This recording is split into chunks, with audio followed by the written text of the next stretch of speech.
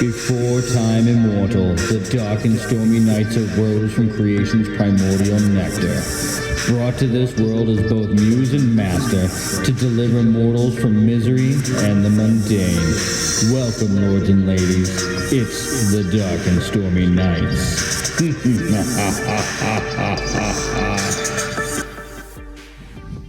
Welcome back. And I almost said the wrong name for the show right there. Again. I just caught myself. right after you gave me crap in the last episode. I know, right? That. This is the Dark and Stormy Nights, in case you were wondering. And this is Loki. I'm Odin. I'm Tyr. And I guess we got a lot of material to get through. Are we worried about getting through all of it? Does No, it need to I all happen this week? You're saying that you don't want to split yours, Yeah, right? I think it would ruin the narrative. Okay. And honestly, I don't think we're going to go more than 10 minutes long if we do. I mean, if we go long, we go long. It doesn't sound like a bad thing. Well, I mean, you know. Anyway, no, I mean, really, we can cram all the story into this week, and then That's next, what she said. Yeah, and then next week we'll. I was trying to think of a way to throw that in. It was all kind of aiming that way. Anyway, so yeah, we just do a lot of story this week, and next week we do a whole lot of plotting. Yay! Okay, so we're gonna start with Tyr reading, right? And Yeah. pardon me, I've had dental work done, so I may sound funny this week. Which is the second half or the end part of 7? Chapter 7? Yeah, I think we're on 7. Let me double check. Yes, here. it's the second part of Lucky I Sleepin'. read the first section of 7 last week. And then we're gonna finish up today with 8, the whole thing. Yeah. The whole thing. It shouldn't be that bad. Okay. It's going to be 2 parts. Okay, I'll trust you. All right. Do you want to jump into yours? Yeah, you want me to go? I have like 2 sections here. You want me to go ahead and just do them Yeah, back you to might back? as well do the whole thing. Yeah, I mean, if you want to take a little break and then come back, you can. But that's up to you. I'll let you steer it.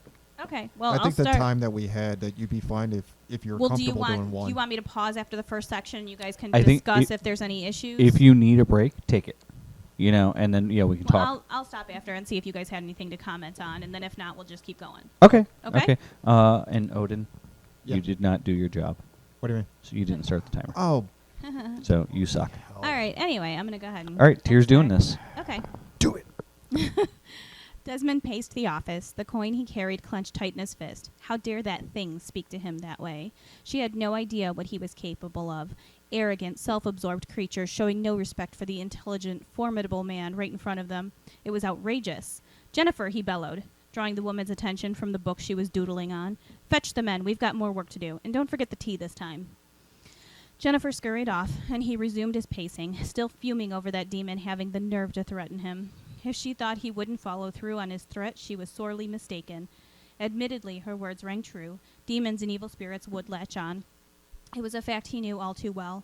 The edges of his trinket dug into his fingers as he clenched it tighter, the memories threatening to leak through again. Desmond shook his head and marched on. He would not be intimidated. He was no longer that scared boy that didn't understand the evil that lurked in this world. No, he knew too well what that wretched creature spoke of. He'd learned that lesson far too young, and he'd overcome the evil that had latched onto him. Night after night he'd been haunted, tormented. He'd defeated it then, and he would again. He would crush that despicable spider beneath his boot until she begged him for mercy. Desmond's plotting was disrupted by a high-pitched squeal. Turning on his heel, he spotted Caleb and Bob in the doorway. Desmond's eyes landed on the source of Bob's terror, and he immediately hopped up onto his desk with a shudder. The creature took a few more unsure steps into the center of the room. A note somehow clutched between 2 of its legs. It stepped closer again and then held up the note, waving it a little before tapping its leg impatiently on the ground. Desmond swallowed hard and backed further onto the desk. Ugh, it was furry. Bob bounced on his toes, emitting a completely undignified shriek. He ran in tiny circles, looking for some place to hide. Finally, he sidestepped the spider and made a frantic dash to the seat that Jennifer had vacated. Hopping up, he finally stopped his hysterical screeching, though that was likely because he was red-faced and panting for air. Desmond hadn't noticed earlier, but Bob had put on some weight. The fellow wasn't looking himself at all. Perhaps he was going too easy on him. A little hard work would have him back in shape in no time. "Bob, hop down from there and fetch that note." Bob's eyes widened and he shook his head wildly. "Quit playing around. It's perfectly safe." We summoned the demon, and that thing was clearly sent with a message. The creature took a couple of steps closer to Desmond, and He stepped back until he ran out of desk. "Take the note to Bob. Right over there," Desmond pointed. A whimper echoed as the spider turned and scampered over to Bob. It paused on the ground long enough to see that Bob had no interest in hopping down. But that didn't deter the little monster. His legs lowered, crouching his little body close to the ground. His hindquarters wiggled, and then he leapt, landing on the arm of the chair. Bob's shrill scream rang out through the room, but when the spider made no move other than to offer up the rolled-up note, he finally stopped to catch his breath. Hesitantly, Bob reached out and gripped the note between his fingers, gingerly tugging it away. The spider playfully tugged back, and Bob startled, but tried again, and again the spider tugged, batting at the dangling string tied around the note. Bob smiled and gripped the note more firmly. "He's actually a little cute," he said, finally pulling the note free completely. "What does it say?" Desmond demanded impatiently. Bob pulled the string off the note and teased the spider with it briefly before tucking it into his hand and turning his attention back to the paper. "It says," Bob's words were cut off with another shriek, "He bit me!" Desmond's attention returned to the creature, now on its back playing with the string it swiped from Bob's fingers. It dangled the string between its legs, rolling to its side to bat at the ends. Desmond sighed. "Quit being so dramatic, Bob." Bob whimpered, cradling his hand to his chest. "Is it poisonous?" Desmond rolled his eyes. "Probably. The note, Bob. What does the note say?" Bob slid down in the chair. "I'm not feeling so good." Desmond pinched the bridge of his nose, and Jennifer strode into the room, bypassing the spider to pluck the note from Bob's hands. "It says the team is on the move. They're coming to her, and the army will be waiting." Jennifer's reading was interrupted by a loud thump as Bob slid to the floor. She glanced over her shoulder briefly before returning to the note. "The house will be left empty." Desmond nodded. "It's time to make our move." Caleb stepped further into the room, awaiting orders. "How many men do we need, boss?" "Guys, what's he doing?" Bob asked from the floor. The spider had started at his feet and was wrapping him up in webbing. Desmond ignored the question. A small team. We don't want to draw too much attention, and with the other team gone, it'll be an easy grab." "I can't feel my legs." Jennifer nodded. "Do we need the spell book, sir?" Desmond considered her question. "Prepare a few quick distraction spells. Nothing with too much power. We need this thing alive to complete the ritual." "You're not really going to let him eat me, right?" "We'll need a cage or a containment spell as well," Jennifer added. Desmond nodded. "Yes. Add that to the list." Caleb stepped forward to move out of the path of the spider, now slowly tugging its prey across the room. "You got it, boss." The three of them paused, watching the spider try to drag Bob through the door sideways, his head and feet smacking into the frame with every tug. Muffled groans burst from the now fully wrapped bundle, until Desmond finally lost it. "For Christ's sake, Caleb, take that damn thing down further down the tunnel where it can drag him away, and then gather the men." Caleb grimaced, but dutifully walked over and swept Bob up, heading deeper into the tunnels. Heavy footsteps grew quieter, and then stopped. A loud thud made Desmond jump. "There you go, little guy," Caleb's faint voice announced the completion of his task. Desmond looked to Jennifer, but she had already started gathering up books to get to work on the spells. Caleb was off to gather the men, and Desmond wasn't sitting this one out. He, too, strode out of the room to prepare. His men had failed too many times without him. It was time he showed them how it was done. Okay, so that's the end of the first section. You guys want me to keep going, or do you have any comments? Concerns, questions? No, I love the spider, though.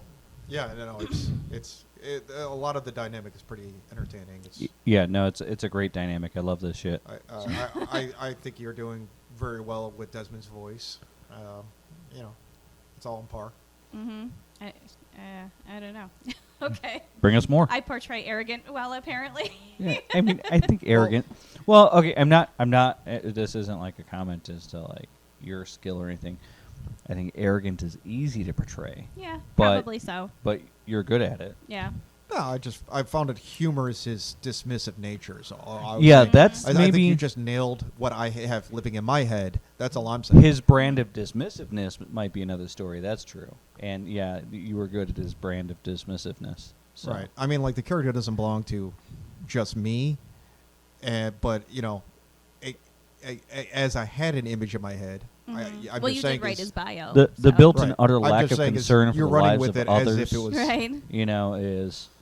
Right. That and might I be a thought little that harder. it was kind of funny the way I made him, although I think that I'm probably the only person who sees it because I wrote it that way. But, like, he was so pissed off that the demon, like, dismissed him. As, and then he does the same thing to Jennifer. Yeah, and, this calls back to your chapter where he met with his boss in the real world and how he was treated there. I feel like anybody else who treats him in such a way, he's going to take out all that rage from that boss that he hates. He also did know. something I really liked, which is I like when the Bobs have backstory, and it just makes their deaths that much more fulfilling when it happens. I didn't really have a lot of room, or in my story, to do a whole lot with that, and I liked where you were able to continue that tradition, like with Ronald. What do you mean, the put on weight part? No. There was a whole fear of spiders, and then he was coming around to it. Oh, It was yeah, a that whole, was fun. there was a Different whole build-up. personalities. Well, I thought I interpreted that because I like giving backstory to guy just to murder him. that was It just makes it that was the funnier. you put on weight, right? That was right there. That was there. That was the whole, like, it's a completely different guy. And Desmond's That's just, what I was going. yeah. Okay, that's what I thought you were going for, and I was like, oh, that's funny. Yeah, You know, Desmond's so just blowing it off. just a little like, detail. Bob's let himself go. Right? Yeah, he's not even Somebody acknowledging completely that this is a different Yeah. person. Although he clearly knows because he keeps seeing Bob die, and he's Right. it just doesn't Yeah, matter yeah, to that's him. something we'll have It's to like Kenny, continue. It's a renewable resource. No, but Right. that's the thing. Every time there's a new Bob, it's like he saw this Bob Right, die. right, exactly. He'll see the next Bob die, but for some reason there's a continuation of life in his head. Because that- he just can't be No, bothered to I told you about this 2 weeks recognize ago. I didn't work for you 2 weeks ago. It's like the George Carlin bit about Exactly. your dog. This is a great dog. You throw it on the counter, give me another dog. Life is a series of dogs. Life is a series of Bobs. They're just an ever renewing resource. Right. But I think I'm not sure if he doesn't understand why it's not continuation. Like I told the Bob 2 weeks ago. Why doesn't this Bob get it? I feel like he can't be bothered to Right. grasp that Yeah. there was people outside of himself, But like, I'm not he's sure too Caleb is self-absorbed. afforded that dismissiveness. It's like No. so. Yeah. Yeah, I don't know. All right, let's hear the next part. Okay. Metal clanged loudly in the otherwise silent night as Zara shoved open the gate. She turned to find Hammond strapping a large piece of machinery onto his back, pulling the hefty gun-like piece in front of his chest and connecting the two sections with a long coiled tube. Zara arched an eyebrow at the ridiculous piece and the way Hammond affectionately patted the snarling dragon head at the end of the long barrel. Zara shook her head and turned her attention to Meredith, who had detached her full skirt, leaving a shorter version that stopped at mid-thigh in the front and hit just below her knees in multiple layers at the back. Mary's now exposed legs were strapped with an arsenal of deadly weapons, but she plucked a tiny gun from her bodice and held up the pocket watch in her other hand. "Everybody ready?" she asked. Zara pulled a gun from her thigh and her biggest knife from her boot before giving Mary a nod. "Let's do this." Hammond reached down and flicked on the headlamp on Dale's head, and the team moved into the catacombs in search of their lost friend. It was Dale that spotted the first one, an oversized spider that went scurrying the other way when the team sloshed into the tunnel it had been occupying. "Did you see the freaking size of that thing?" Zara hissed. Hammond nodded, clutching Betsy tighter, his eyes narrowing on the shadowed walls that Dale's low beam of light wasn't touching. "Let's keep moving. Hopefully the light scared him off." The team moved forward in the dark, their boots splashing in the low water as they followed Robert's direction. "Make a left up ahead, love." Dale easily followed the team, his lamp lighting their next steps, but not much else. The light shook with Dale's gait, making it almost appear as though the walls were shifting. The eerie tunnels made the hair on Zara's arm stand on end, and when Dale came to an abrupt stop, her gun was ready and aimed into the darkness. The shadows continued to shift, making it hard for her eyes to locate a target. "Hammond, get him to stop moving." Hammond's eyes were on the walls as well. He did stop moving. Zara squinted into the dark, her finger itching for a target, and it was then that she realized a gun and a knife wouldn't be enough. It wasn't the shadows that were shifting, it was the walls. Every inch of them was alive with movement. Dale's head swung to the side, lighting up the wall, crawling with the biggest spiders she'd ever seen. Meredith was staring up at the ceiling, and Zara reluctantly followed her gaze to find them swarming overhead just the same. Meredith tucked the watch into her bodice and pulled a potion bottle from her cleavage. "Are they hostile?" she asked. They were closing in, and that was answer enough for Zara, but they held, moving forward until the creatures covered the ground in front of them as well. And then one leapt, sailing over Dale and straight for Hammond. Intense heat filled the tunnel, and Zara squinted against the sudden brightness, watching the dragon spew flames into the space in front of him, engulfing the little attackers completely. The fire died down, and Hammond chuckled, his thumb stroking over Betsy affectionately. "Everybody down," Meredith ordered. Zara and Hammond ducked without question. Once again, Mary was focused on the ceiling, where several of the spiders had started descending on their webs. Mary hurled her potion up, and the ceiling exploded in smoke and flames. Zara flinched as the bodies started splashing down around her, but she quickly popped back up on the move again. Hammond moved forward, taking point with Betsy, while Dale dropped into the middle, Mary and Zara picking up the rear. Once Hammond started torching the critters in droves, the fight really began.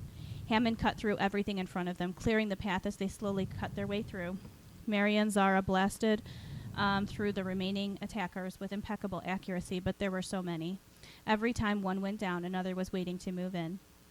Meredith turned the dials on her metal arm bracer and fired a tiny missile deeper into the tunnel behind them. Bits of spider and debris blasted towards them as they pressed closer to Hammond. There needs to be a tunnel left standing for us to get out of, Zara reminded her as Mary pulled another potion out. No worries, love, just a little explosion. Mary tossed another potion, shattering it against the wall and freezing every spider it rained down over. Which way? Hammond shouted from in front of them. Mary moved closer and pulled the pocket watch out while Zara took over shooting and throwing potions. She swallowed down a scream at the tapping feeling on her boot and hit the trigger on her own arm bracer, shooting a hidden dagger into her hand. She swiped down, slicing the little creep in half, and then shuddered and refocused on the ones closing in again behind them. Mary tucked the pocket watch away again and pulled another potion when a shot fired right over her shoulder, inches from her head. Both Mary and Zara turned to Hammond, who was still aiming Betsy in front of him, but had glanced back their way at the blast. What the hell, Hammond? You could have taken her head off. Were you even looking this way? Zara demanded. It wasn't me. The thing's still holstered. He gestured to his smoking shoulder holster. The gun still encased, but a hole was blown through the bottom. Zara and Mary turned to see the dead spider still dangling from its web right behind Mary's head. Understanding lifted Mary's lips in a smile. Thank you, my love. She pulled another potion and smashed it against the opposite wall, turning multiple creatures into stone before they crashed to the ground. Zara wiped sweat from her eyes and fired again and again, and Mary was just as much of a mess as she was for once. The hair fell around their faces, sweat dripped down their necks from the heat of the fire. Their clothes were soaked and they were losing steam. Hammond's cursing echoed loudly around them. There's a door. We're cornered. Mary took a step back. Hammond, cover me. She plucked out 2 bottles this time, ripping out the corks with her teeth, but only keeping one. She carefully poured one bottle into the next and recorked it, shaking the bottle violently. Move back, she ordered. Hammond and Zara pressed against the door as Mary threw the glowing potion. It exploded in a fantastic display of shooting streaks of blue, bouncing off the walls of the tunnel until they hit a target. Several long moments later, the blast finally stopped, and the spiders had all fallen or frozen in their tracks. What the hell was that? Zara asked. Sleeping potion mixed with an explosive amplification. I was all out of the good potions. A dozen or more spiders moved in, the last of them swarming together for their final effort. Zara raised her gun. She was almost empty, but she hoped it would be enough. Before she could fire, Mary tossed her last potion. A pink cloud enveloped the remaining spiders, and Zara waited until the puff of smoke dissipated. Once she could see again, it became apparent that the spiders had lost interest in them completely. One spider stroked its furry leg down the body of another, and the others crowded in closer. Mary, what the hell was that one? Zara leaned up against Hammond, too tired to hold herself up.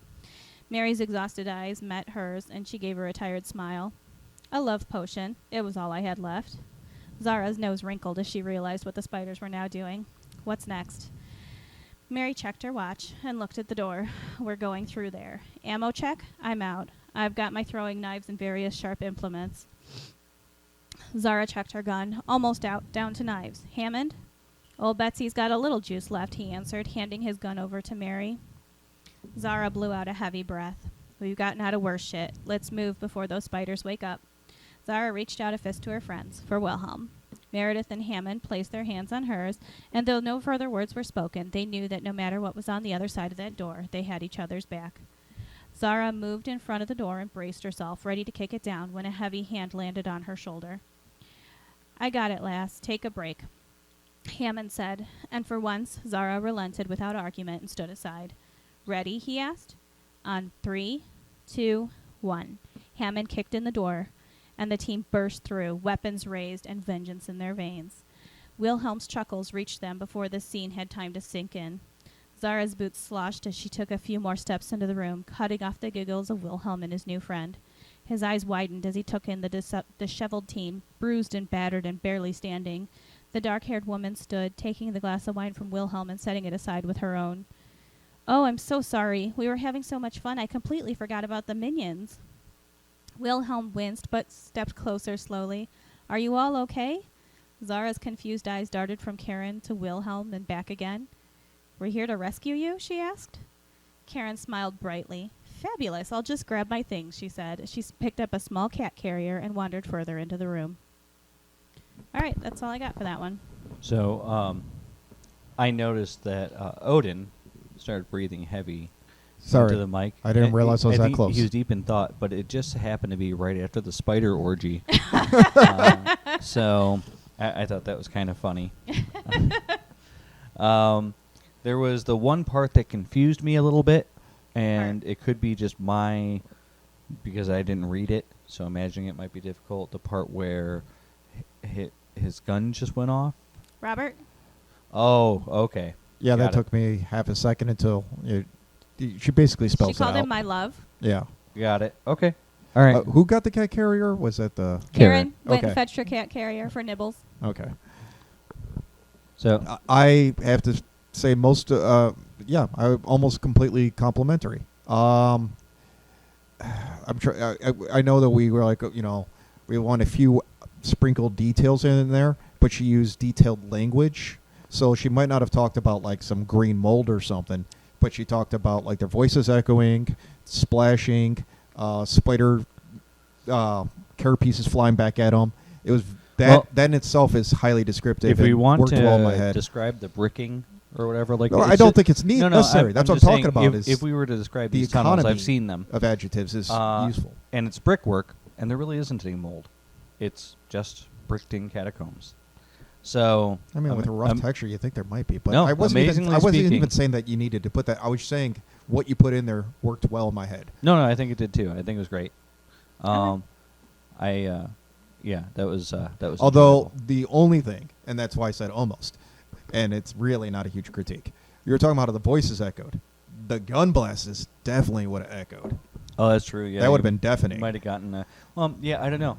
I True, think she but, like, described also- the heat. They Yeah, used the a lot heat more of the potions. fire, a lot of potions, and I honestly don't know how the frick steampunk weapons work. So I Well, I mean, I thought, was a little did they have vague with handguns? Did I mishear I that? don't know. I said she had a little blaster. Like I don't. Oh, know. okay. Like, Okay, so it's more Warehouse I mean, 13 I'm sure lightning they gun still kind make. of thing. Well, I'm sure they still make some kind of noise, and then I don't know. Well, Honestly, I that don't would be have a- different. And then they were low on ammo, so I mean, there has to be some kind of. I mean, electrical discharge is totally different than an explosion in a barrel. I mean, that's a whole different.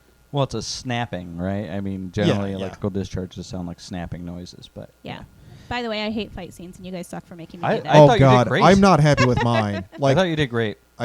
but it did remind me though, because potions will factor into mine a little bit. Your team took all the good ones because Oh. they totally looted through hers. So Yeah. it actually makes mine work better, I think. Yeah. All right, so why don't we take a break and we'll come back Yeah. with yours. All right. Why my drippings will go? Because you were listening to the Dark and Stormy Nights podcast on iTunes, Google Play Music, or Podbean. Yeah, something like that. All right, we're back from break, and so Tyr just finished up chapter 7, and Odin's going to start chapter 8. So let's just get right to it. All right. Poppy blew a kinky curl that was jabbing in her eye as she was placing vials and bottles of various description within the custom-fitted pockets of her leather case. She loosened the buttons of her ruffled neck collar as the house trapped too much heat for her liking. As she returned to the packing, she was startled by the rapping of the door knocker and dropped a vial which hit her shoe and bounced, rolling towards the door. Bugger me sideways, she seethed in frustration. She inhaled deeply, closed her eyes, and exhaled, trying to regain her composure as she walked towards the door. She picked up the vial where it was wedged against the cove base and moved the brass placard that covered the viewing port in the door as she righted herself. Looking through the barred opening while on her tippy toes, she saw a rather handsome, clean-shaven man with disheveled red-brown hair and dull green eyes. Sorry, we're closed for business just now. Sorry, but if I'm disturbing, but I'm not here on business. I was hoping to speak with Wilhelm. Poppy slammed the placard back in place and thrust the door open. How you know Willie? From meetings, sort of a private matter. Philip cleared his throat as he pulled at his collar. We're friends. The group is out looking for him. I heard he wasn't at the last meeting, but I didn't. Philip trailed off, unsure what to say. How long has he been gone?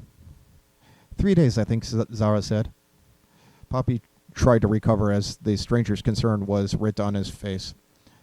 Now don't go fretting now. Willie is rather wily, and the gang is quite capable. I'm sure he'll be just fine. This is it, inquired Blackwell as he parted the curtain in the carriage with his left hand and peered out at the house. It was a sandstone, 3-story affair in much the style of the row houses about the neighborhood, but stood apart as if the other buildings wanted nothing to do with it. Aye, that be the one, Caleb responded, looking past Desmond. Get the others, then. Blackwell turned his gaze to Jennifer and Caleb, exiting the cabin. Did you have something to add? No, why? Jennifer asked, with confusion on her face. Because you're still here. Caleb and Bob failed. They failed. Perhaps if you did more than just direct and leave the plotting to me, things might go more smoothly. Of course, if that's your desire, Master.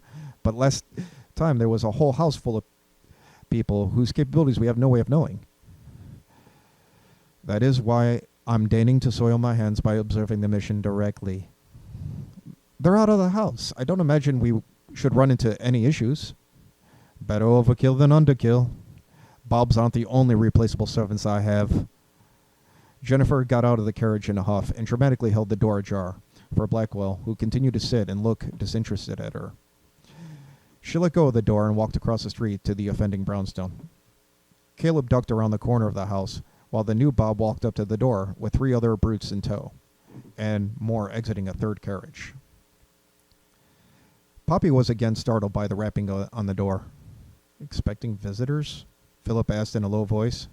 No, Poppy said simply as she glided to the door, raising a hand to remove the placard, stopping in place as the handle began to turn.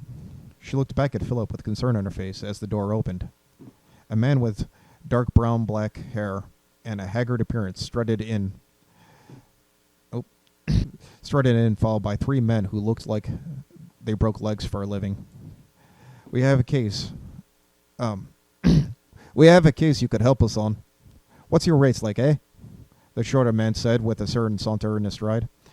He had both his hands on his hip as he looked up at the vaulted receiving area and up the steps. The last to enter was about to close the door as an attractive blonde woman and a little taller than the leader approached. Something about the cocky demeanor of the 4 put Poppy at ill ease. We aren't conducting any business today, so I'm going to have to ask you to come back at another time. The woman stopped suddenly as if she smacked into a brick wall and looked strangely at the doorway. Philip squared his shoulders and walked towards the group. Now, let's hear the men. Out. What's the problem you need resolved? He said with steel in his voice. My employer lost a beast. Magical it is. Was hoping you could help us with that, the short of the 4 said.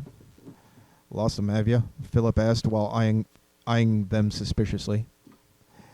Nah, I know just where it is. Right here in this house it is, he said as he began to withdraw a pistol from his pocket. The other 3 mirrored this action, pulling out similar pistols. Walking in front of Poppy, Philip spoke in an increasingly gravelly voice. Guess you found him then.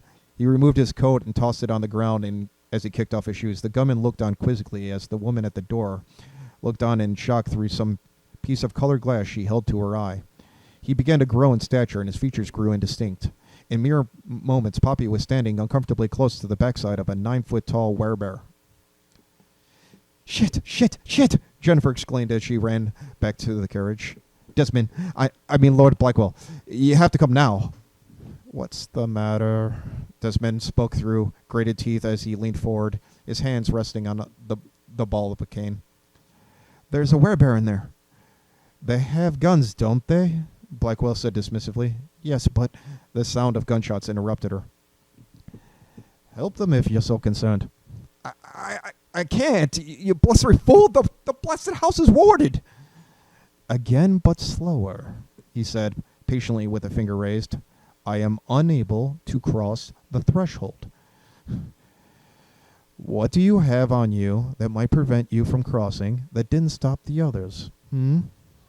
He asked as he might a child or a pupil. In a motion faster than Poppy's eyes could track, the werebearer grabbed the spokesman by his throat and bashed his head into the wall to the right of the door, knocking over one of the brutes in the process. A red smear tracked the head as the body fell limply to the ground. The bear-man thing that was formerly Philip stomped forward and lowered its head at the two brutes as they fired on him. He roared, spraying them with spittle. Poppy opened her leather satchel that rested on the waist-high table next to the coat tree in the umbrella stand. She leafed through frantically, looking for something useful. Her hand came upon one she had marked for such an occasion, as a bullet whizzed by, grazing her earlobe. The searing pain made her nearly drop it as she turned towards the guilty party.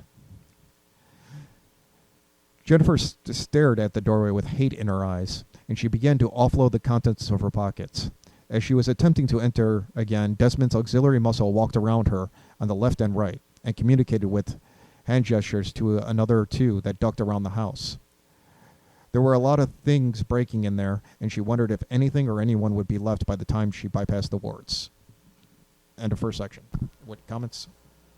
I think it's a good setup for action. Mm-hmm. I noticed that. I think you first worded. Yeah, I think you worded it funny. Poppy blew a. No, I think it's worded fine. Poppy blew a curl. A kinky curl. Or, yeah, Poppy blew a kinky curl. Yeah, I saw her as having like these. Yeah, I think The kind of blonde hair that looks like it came out of a perm or something. No, I have no problem with it. Like I think that first time readers might get hung up on it for a minute. Yeah, I know the alliteration's a little weird. Well, and the connotations. We weren't expecting curl unintentional, to be but said. Yes. Right. Yeah. Poppy blew a kinky one. Anything I don't confusing in there remember other plotting than that. my stuttering Right. and losing my place? What's that? Anything confusing besides my stuttering and losing my place? I'll edit that out later. Okay. So that's not as Wow. big a problem. It's The a problem audience now because knows it's it going to cost happened. me work, but we'll fix it. It'll be fine.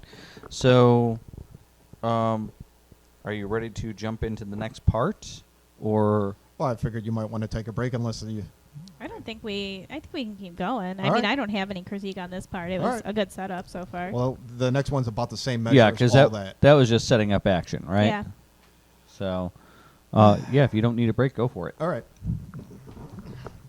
Poppy turned to her would-be assassin to find one thug hanging from Philip's neck, more to avoid falling than to choke the massive beast. A man to the right, who soiled his trousers, was crawling towards the stairs. The one on the left was reloading as she hurled the small glass vial, lozenge in shape, at him. It exploded in a haze of the color of vellum, and he was pressed against the wall, covered in layers of some white foam he could not free himself of. Philip reached behind himself as if scratching his back, and lanced the man with his prodigious claws, and hurled him into the wall that was a second-floor bedroom. The man was screaming the whole way until he landed back on the checkered parquet of the first floor. Poppy was about to close her eyes and go as an arm wrapped around her chest and lifted her off the ground, the barrel of a gun pressed against her right temple. Philip turned around to survey the room, breathing loudly. Instinct told him to step forward and rip the man's head off. He had years of practice and was able to rein in those destructive thoughts. Unfortunately, resisting the rage only caused him to regain his manhood. "Good boy," Caleb said to the former bear. "Now we can talk more civilized like. Tell me where the pig is or your lady friend gets it." "Wilhelm's pig?" Philip said incredulously.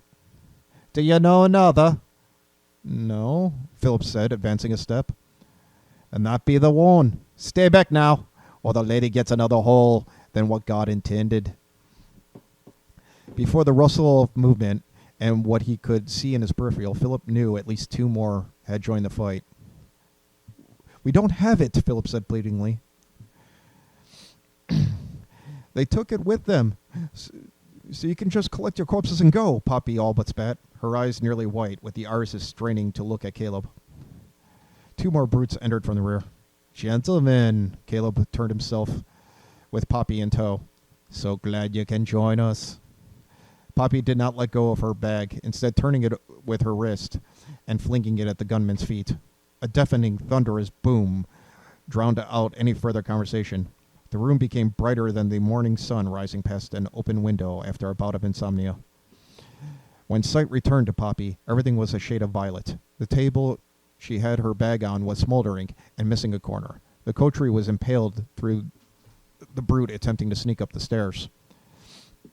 Everyone seemed dazed and disoriented except for Poppy and a naked woman with strawberry blonde hair. The reinforcement brutes near the door stumbled about like drunkards while the gunman was on one knee, rubbing his eyes with the palm of his hands. The naked woman walked briskly towards her and booted the gunman in the ribs before grabbing a fistful of Poppy's hair. Poppy didn't understand why her thoughts were so sluggish, or how the woman moved so fast. As the gunmen and the brutes began to regain their feet, they all fell over at the loud slam of a door. A factory whistle could be heard from somewhere under the house, and as segmented metal shutters rolled over the windows. The sound of grinding gears and pipes rattling in the walls filled the room. Poppy could see strange symbols like those from a recipe book. Runes, Enochian, and other lost eldritch scripts littered the room, glowing with the same luminous violet her vision became just moments ago. "What is this?" the naked woman hissed in Poppy's face while pulling her head back. She could see, so she could see nothing else. "Magic, I guess?" "Pretty specific guess. Turn it off," the naked woman growled as she pulled at her hair harder. Philip stood up with his hands up. Could we resolve this more peacefully? Maybe you could tie us up while you figure out that we don't know anything." "Stop helping," Poppy yelled as the woman steered Poppy's body by the hair so they could both face Philip. The gunman began to walk around, peering into doorways. After a few moments, he returned with a dining chair in which he sat with his legs crossed and a flask in his hand. "Search the house, boys. We got these two," he said as he motioned Philip closer to Poppy with his gun. The rest of the crew began to investigate the house. The sound of footsteps traipsing about was only overshadowed by the sound of things breaking. "Right, let's say I believe you. Then what? Perhaps we stay right here till they come back with our prize. Love," his gaze turning to Jennifer. "Very, very nice, by the way. But where did your clothes bug off to?" "The doorway was protected by magic." "So why not a window? Also, how did that not stop us?" "The door wasn't the only entrance protected. Stop looking at my chest. I mean it, Caleb." "First, never say our names. It takes all belief from all captives that we'll let them live. Right out. How can we expect them to cooperate if we can't even offer them their lives? Second, about the doorway again. You never did explain how we got through, or why you have to remove your clothes. Not that I'm complaining, mind you. First, stop staring at my chest, and if I have to tell you again, I will remove your eyes. Second, you don't have magic on you. I did." "Even your knickers are magicked?" Caleb asked with raised eyebrows. "That's none of your business," Jennifer demurred. Both Caleb and Jennifer whipped their heads at the sound of a body sliding down the steps with considerable speed. The steps had reformed into a ramp as a brute went headfirst into the hard plaster. Blood trickled from the neck as his body began to spasm. Caleb turned towards Jennifer while gesturing with the gun. "Why is this so hard?" Philip lunged at Caleb. At the same time, Poppy drew a knife from her thigh. She cut her hair with her right hand and smashed a vial into Jennifer's face with her left. The glass shattered, sticking in Poppy's hand. Jennifer recoiled with small cuts on her cheek and began to cough spastically. As Philip and Caleb wrestled, the gun went off before flinging to the other side of the room. Jennifer began to heave. Poppy ran over to where the gun landed. Caleb froze at the sound of the gun cocking. Philip grabbed him by the collar and marched him over to where Jennifer was covering the floor in her sick. The smell was horrific, even without animalistic senses. "Talk," Poppy all but barked. A brute came running through the dining room door, and Poppy nervously fired at him. He began to bleed profusely out of the side of his neck and collapsed in moments. Poppy rolled back to Caleb and Jennifer. "Talk." Jennifer began to croak out something indiscernible while Caleb interrupted. We just want the pig. All this can end. We don't want any trouble. We just wanted the pig. Why? Philip asked. Another brute came through the back hallway with his gun extended. He walked cautiously into the room, taking in the scene. Caleb's eyes flicked to the men. Bob, do something, would you? I'm not Bob. Bob is dead. Battlefield promotion. Congrats. Now do something. Poppy and Philip's eyes darted back and forth like watching a tennis match. Look, Caleb, right? He pointed over to the corpse on the stairs. Rich is dead. He moved his finger to the doorway in the dining room. Chad's dead, and Tim buggered off. Starting to think he was the smart one. So I have a gun. You. He then pointed at Poppy. Have a gun. Let's just call it a draw. These people are too weird for me. Consider me retired. I'm just going to leave unless you want to reenact the OK Corral. He began to slowly make his way over to the door. Poppy let him go, but the door was sealed shut. Could you unlock this? Poppy simply didn't know what to do and exchanged a puzzled look with Philip. Jennifer sat on the floor and spoke. It's magically sealed, you twit. No one is going anywhere, her voice hoarse. Because the occupants are still in danger, right? Poppy guessed in a confident tone. So shoot them then, Philip interjected. In for a penny, in for a pound, right? I mean, try explaining this to the constabulary. We need to end this before anyone can ask any questions. I can't just shoot someone who's not shooting at me, Poppy complained. Look, it's real easy. We promise not to attack you and leave, and then maybe the house will let us. Jennifer nudged Caleb with an elbow. I promise to leave without attacking you. Sure, what she said. You have to say it like you mean it. I haven't worked this hard to die at the hands of these... Jennifer searched for an adjective other than the one she wished to use. Fine people. I promise to leave and never come back, or so much as look at the lot of you, the new Bob emphatically professed. I promise to leave and not attack you, Caleb all but sighed. It occurred to him that he could elbow Philip in the ribs and take him in a headlock. He could then use Philip as a meat shield, but to what end? They were trapped in here, and he doubted the pig was on premises after the cursory search he already had. He could wait for the team to return, but then he'd be outnumbered. They had these two outnumbered, and look how that turned out. Caleb was past underestimating these people, or whatever cursed god held them in such high esteem. Poppy looked upward as she said, I accept your terms and release you, though it sounded more like a question. The door clicked and the shutters rolled back up. The three left as Poppy and Philip watched through the viewing window of the door. A gun clattered on the floor. Poppy turned to Philip and grabbed firmly each of his forearms. I've never fired a gun before. Shit, I never want to again. What do we do? Philip asked, his voice desperate. Wait about 10 minutes, leave a note, then just leave. What about Wilhelm? You think these guys have him? I don't know. It doesn't seem like they knew enough to suggest that. Christ, how many parties are involved? What's so special about this? About a bloody pig?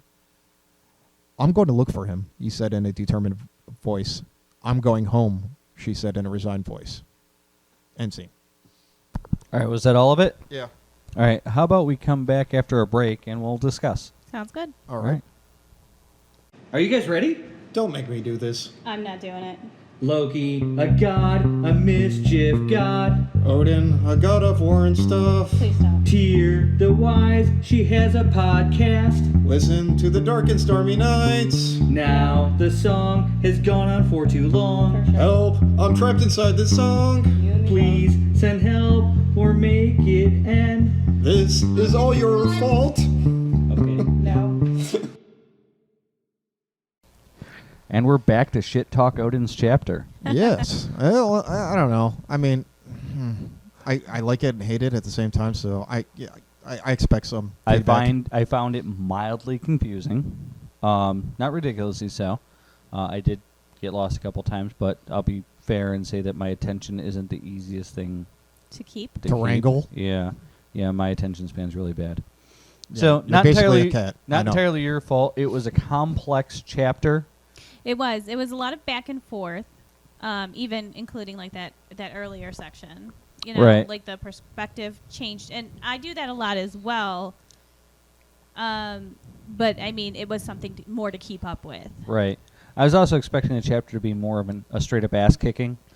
Yeah. I don't know Like- if I was as comfortable fight with that scene. and setting it up and demonstrating That's these why I two wanted it. corollary Odin characters. was kind of not and on board I with the didn't know fight what to scene do. to start with. I know. I should have swapped with you or something like that. But I was like, I would've been okay with just that. keeping the order. Well, no, keeping in mind it wasn't this is bad the first either. draft I mean, and I got you'll an have your- alchemist you'll- and a werebear. Well, you'll have your go when we revise, you know, and you guys will have the chance to redo the chapters Yeah. I did, and Well, we'll- It's just hard for me to imagine them not winning, even if it's just two of them. No, it wasn't just two of them either. It Wait, was what the do you house mean? as well. A little bit, but I mean, it wasn't doing a whole See, lot. this I is wanted why to I demonstrate said- that more, but I wasn't sure how, That's why I and said I didn't want they to. didn't need a big team to go into the house in the first place. Yeah, but I mean, The only reason they took more than just the three of them, because they four of failed them- before. Well, that and because we wanted to kill a few Bobs. I mean, really, See, the rest of the team wasn't necessary. I'll be honest. I saw the scene from one of the original Teenage Mutant Ninja Turtles movies in my head where the entire Foot Clan is coming for the Ninja Turtles. Well, if you were counting, if True. you count Desmond, there was And- 11 of them. And but there's like 50 ninjas coming after the Ninja Turtles, right? And they were just Are we talking about that little shop? where with the little shop. Yeah, they ended up on the rooftops and everything like that. And then one of them ended up injured enough to where his shell was soft. Yeah, or that whatever. was Raphael.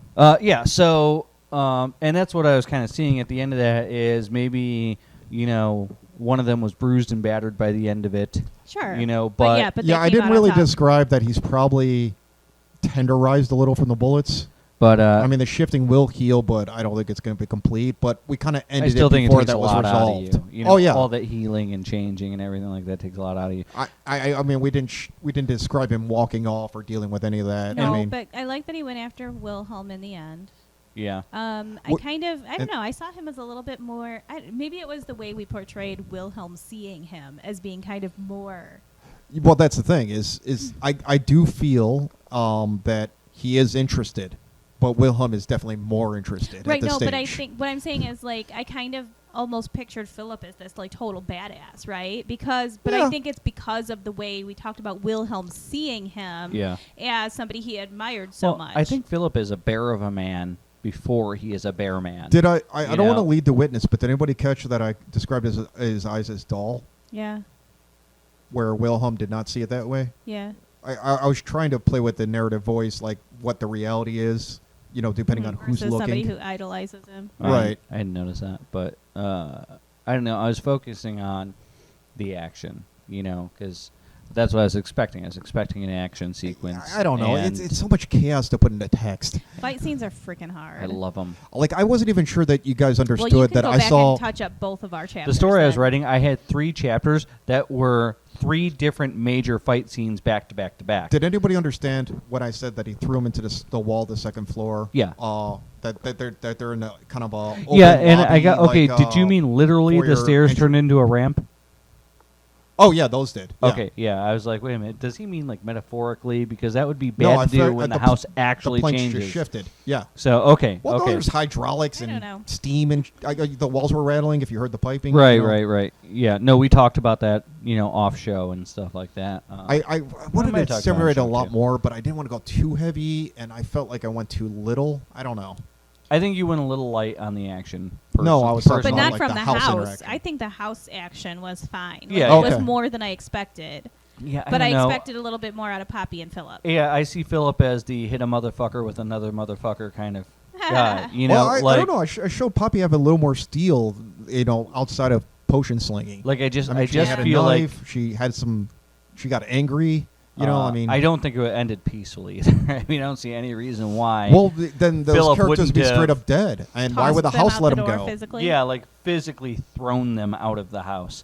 Like I guess you could have done that, but why would the house do that? I mean, if they, No, Philip would have done that. Yeah. Like, there's no reason why he wouldn't just grabbed them and literally And that's what I'm thrown saying them is like across the he's street. like trying to end things amicably, and can't we all just be peaceful about this Yeah, while they're right. drawing Yeah, guns bullshit. on him? Well, I mean, You gotta imagine him like a Like, he was slightly almost- more in control Incredible Hulk. You know? Right, but I mean, yeah, but he can't shift back and forth the bear continuously. it doesn't matter. He is a bear, you know. Like I guess, but I mean, they did have guns. He was in human form. I don't know. Yeah, I don't know. If it's not in the text, then I can't defend it. No, it was fine. I just I think you could have written half as much.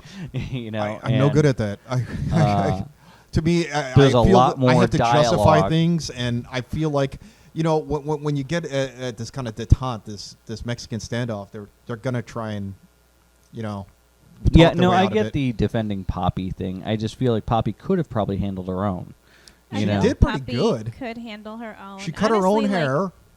I mean, she smashed Right, a bottle I'm just of the saying, vase. like I mean, Caleb holding her hostage. I'm not sure would have happened for long. Well, no, he came up from behind. If you remember, Caleb walked around the house. That was described. He came in and he grabbed her with the left arm and lifted her bodily up. And Poppy doesn't weigh that much. Sure. And then put a gun right up to her temple. Yeah. There wasn't much you could I do. don't know. I feel like she would have some contingencies, don't you? I mean, hanging with the he likes said of she had a Meredith and knife Hammond. on her thigh, so. Yeah. Yeah, but being friends with someone doesn't make you a ninja. Right. No, I'm just saying these are like the uncanny people of the world. Right. If she's another schmuck on the street, why are we writing about her? Well, she had a knife on her thigh. That's what I'm saying. I mean- is she has to be somewhat capable. What? Yeah, I thought I gave her some unexpected level of combat from a small little girl that she is. I mean, she's like, what, 115 we said? I don't know, but she also has leverage on her side.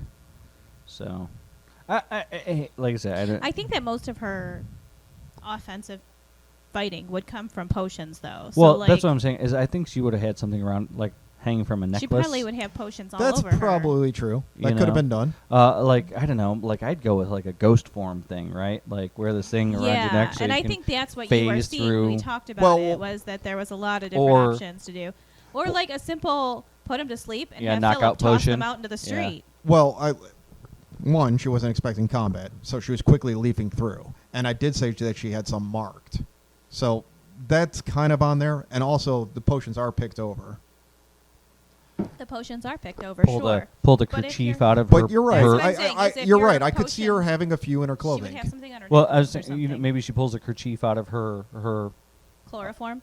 Well, no. She that could would have done it. evaporate. But I'm saying that she could have pulled, like basically shielded herself from whatever sleeping potion that she Oh, yeah. busted out, and Yeah, no, that's fair. knocked their asses out, So, I mean, the way you did's fine. It worked fine. It's just, I don't think I was expecting it. There's a lot of talking for a scene where I would have knocked heads off.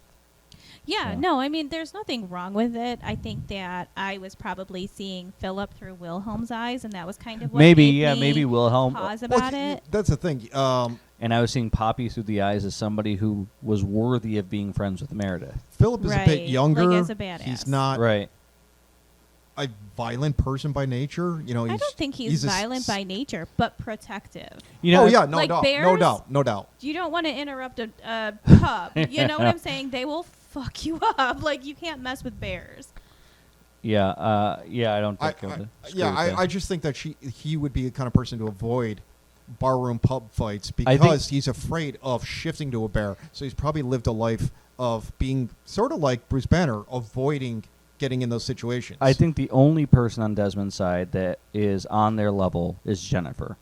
And I think Jennifer was easily dispatched by the house, and then you let her in anyways. And well, we I don't never think I really would've- define the rules. Yeah, it could have been much I- more slapsticky without Jennifer in the mix. Well, that's what I'm saying is, and on top of that, so she's trying to get in the house. You don't let her in the house. They throw somebody out of the house and hit her. Yeah. So there's a bunch of ways to have done it. I wouldn't have let her in the house because she is too powerful, and it changed the fight. yeah, she's a Yeah, cannon. but she had no magic items with her, and we said that in this world, magic items is the bulk of magic that Well, exists. it's because magic as cast is fairly new to the world. So those But that's true. castings. That does take old- away old most stuff of that's mostly Jennifer's lost. formidable ability. you know, Right. stripping her of magic. However, I don't know if anyone picked up how fast she moved in Right. was kind of supernatural. It Oh, was is that supposed to be celerity or something like that? something on kin with it, yeah.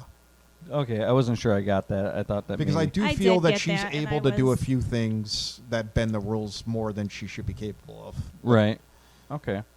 But I don't know. Like I Yeah, said, see, if I it was doesn't exist in the confused by text, you that can't pull it because out, she then I had fail. Stripped all her I don't think. magic off, so yeah. I don't think the chapter was a failure. I think it was a No, fine it wasn't a chapter. fail. No, I'm talking about like just relating a concept. I think If- that. you Yeah, I know. think we all had a few different ideas of. I Where think the we chapter just was saw the going. characters differently. Yeah. Sure. Well, which is going to happen, but maybe this solidifies a few things about who the characters are. Right. I'm not sure. Yeah. I and don't- really, like when we this is. I don't know. we keep I saying- like characters having vulnerabilities. If they're all Supermen, then No, I it's don't mind not. them having vulnerabilities I at don't all. think they're invulnerable. I think that her, I wouldn't say frailty, And but I the way that absolutely- you saw her as less than badass, the fact that she was capable as she was is all the more impressive. You know what I mean? Like she was willing to cut her own hair within a moment's notice. I mean, mean, granted, it's she could have hair. stabbed. I mean, In De- a life and death fight, your hair does yeah, not. Desmond's fucking got a matter. group of minimum wage thugs. You But know. here's the thing: is I think that Well- in a situation where Poppy got held hostage, I think that Philip absolutely would say, "Whoa, whoa, whoa, let's stop." You know, like that is a protective thing where he wants to keep her alive. You know, and that's fine. I just Yeah, I I don't think have that- a problem with the way that played out. It was just that I felt like I But saw Philip I differently. feel like Poppy just needs you to stall right. long enough for Yeah. her to bust out a measure. You know, like Right. to get activate something. Well, here's the thing: is like we keep saying, is this is the rough Well, I like draft. the idea so of truly, something on her this clothing. this is the bones of the fight. Yeah. and it's fine for that. And then if we add in a couple of more blows, a couple of more potions, or something like that, when we go through and do the editing, Yeah, I was going to say if we it can revise beef up the fight. I'm telling with you. her being lifted off the ground with a gun to her head, there's not a lot she can do. But if she had something on her and she was stalling for time, that's actually not If bad. she has a There's knife on actually- her thigh, she can cut his nuts off. There's actually classes on what to do in those situations where you lift it off the ground with a gun to your head. There's an actual Sure. class that you can take Today, to do yes, this. such Right, classes but it's, exist. it's based off of stuff that's been learned over time. I mean, I got oh, that. oh, but and you I mean, mentioned what did you mention? The OK Corral, which had just happened just like 20 years before this takes place. no, far earlier. 1881. Yeah, I know. This Yeah. is like 1910. It's like almost 30 years Okay, later. 30 years. 29. Whatever. So it wasn't that long ago then, though. Nowadays, you look back and you're like, oh, that was so long ago. And then, but in the context of the but story, it's it was also not that Britain. long ago. It's England. It's civilized land, not the wild west of But the crazy still, then the Americans across news the would have pond. just gotten there. You know, they would have probably gotten a Penny Dreadful or something But like that's that the with point. the story of what it was. It's a dismissive, So like, what, we're going to just turn into savages and be stupid about this? You know what I mean? I don't know. But I you know, did like that he showed. I some actually did Google it because I want to make sure the reference played. I did like that he showed some personality in Poppy and her refusing to just shoot somebody who wasn't trying to kill her actively. yeah, You well, know, that was I don't think Poppy is that defined like her them as a in character. that way. Yeah, I don't think she's an outright killer. Or No, anything. no, I agree. I do think that her potions are a good specialty for her and yes, everything. for sure. Um, And they're less they're not like hands-on violent. Right. You know what I'm saying? Like But that's why so she can distance herself but still be protected. Sure, but that's why I in my head I see her just chucking those things everywhere. You yeah, know, and like even we talked that about guy's like frozen, her, that guy's asleep. That right, that right, guy's but on fire. not dead. Like Right. yeah, she could disable some of them but not necessarily kill. And like that's the thing is I like the web one, by the way. we even talked about yeah, how I saw that one from the beginning. I don't know why. It just sounded like something you would have. No, it's good. It's good. I liked it. I mean, Yeah. it's more spray foam installation, but yeah, I did think of like the D&D web spell kind of thing. Yeah, but exactly. No, I like it. I like that's probably one of my favorite ones that you busted out. Mhm. So, yeah, no, her potions are great. I think that they're a great addition to the story overall. Right. So, Yeah, I Um, mean, I think that's what defines Poppy right there is. Yeah, I'd like a part where they're licking their wounds and then and Desmond's dressing them down, but that felt like an unnatural place to end the story. I feel like that's more the Did beginning Desmond of someone go else's in? story. Did I miss that? Huh? Did Desmond go in? No, it was a totally waste of him, but I do feel like, I don't know, like, he sent freaking 10 people in there. He's watching the house. do you feel like though Like- that he would have just let them fail and then in the end not gone in to try and do it himself? Well, if they completely fail, why would he risk himself? Maybe. I don't know. I Driver think move. that once he realized that the house was empty, he was no longer willing to go in and collect That's true. a pig, The pig maybe. isn't even there. Right. So we got our asses kicked, and the pig's not Well, even I there. mean, but she said, the team is gone, the house will be empty, but it wasn't true. So, Right. overall, he's kind of arrogant, thinks himself, better than everybody, but at the same time, he doesn't really want to get in on that fight. I almost feel like they go back. Well, that's why you And- have servants. I almost Right. feel like they go back and he tries to, get a message to Karen or whatever that, your intel is wrong, you fucked us and all this. And, Mm-hmm. She's not even there. she's not even there. And then finally, maybe Jennifer finds a spell to contact her. And then all she gets back is, a little card or something like that. Like the spider brings back a note or something and leaves. And they open it up, and it's just a drawing of a middle finger, flipping them off, I think they would shoot at the spider. So, And I do feel that Desmond would take it out on Jennifer, and I think Jennifer would stand up for herself because I do feel like she's being pushed to an edge with Desmond. I don't think it's going to break them up, but I do feel like she's getting a little sick of his shit. Well, if we're really considering the end scene that we discussed for this book, we really do need to build up the tension between Jennifer and Desmond, and that Yeah. needs to continue to grow right. until the end of the book. Yeah, maybe a little bit of a tiff. Well, I mean, the whole door scene where she's exiting the cab of the carriage, which is okay. She's just looking at her. It's whatever. If she slams the door, I mean, it just, I don't know. I felt like, I felt like he was definitely a bigger dick in your chapter. well, I mean, how long can you expect your servants to fail you? I mean, how Oh, for long? sure. He would definitely. I don't think that there was anything wrong with that. I'm What- just saying he was definitely. I mean, I've been in leadership roles. I think it's time to go to a different temp service, personally. I've been in leadership roles for over 25 years of my life. The temp service won't service him anymore because they don't return as workers. And I am fully aware that when your team fails this much, it's your fault. Well, obviously. You know. Oh, he's a narcissist. He would never admit Right. that. So it's definitely something with her, and I feel like you're right that maybe Jennifer's going to finally call it out. It's, if the team's a failure, maybe you're doing something wrong. You've been through how many Bobs now, and what's the common denominator? Right. Yeah, I feel like we got to get to a point, some way that they're marking off all the Bobs that they've lost. There's a little hashtags. The Wait, are Bob we still Memorial bringing in or- Roberta? Well, I think. Oh, is that where we go should next? come next. Yeah, that should come that's- next. I like You that. think? And then we're done with the reoccurring Bob?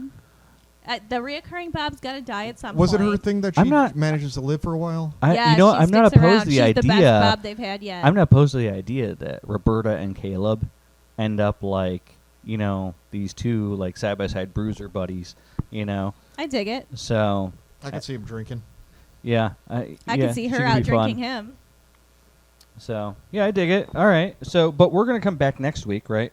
With we're gonna do some planning, right? We're gonna Mhm. plan a few chapters and kind of see where we can go with this because we've gone a few days, a few shows straight story, right? Right. So it's time to take a step back, plan a little bit, see where we're going, see if there's anything we need to adjust. Maybe look at some feedback if we get any. Yeah. So feel free to contact us on Twitter at the Dark Stormy K1, on Podbean at thedarkandstormynights.podbean.com, or on WordPress at thedarkandstormynights.home.blog. .home.blog. I always trip on that. I don't know why. That's the one that's about the only one I remember. So, yeah, give us feedback, comments, message us, whatever you feel comfortable with. Great ideas for the story. Yeah, contribute ideas. If we like your idea, we will put it in, and we will even give you credit any way you wish to get credit. So, Right. if We can whatever, credit them right in the screen name, book. real name, whatever you're Mhm. comfortable right, with. right. So tell us that how you want to be recognized, what name you want us to use, and we'll use that one, even if it's Sugar Penis 123. We've said worse on that. Oddly specific there, Well, Loki. that's not mine. I don't use that anymore. See you next week. Greetings, dames and knights. If you like what we do, follow us on Twitter at thedarkandstormyk1 or our website at thedarkandstormynights.home.blog. Or you can rate us on Podbean, Google Play Music, or iTunes.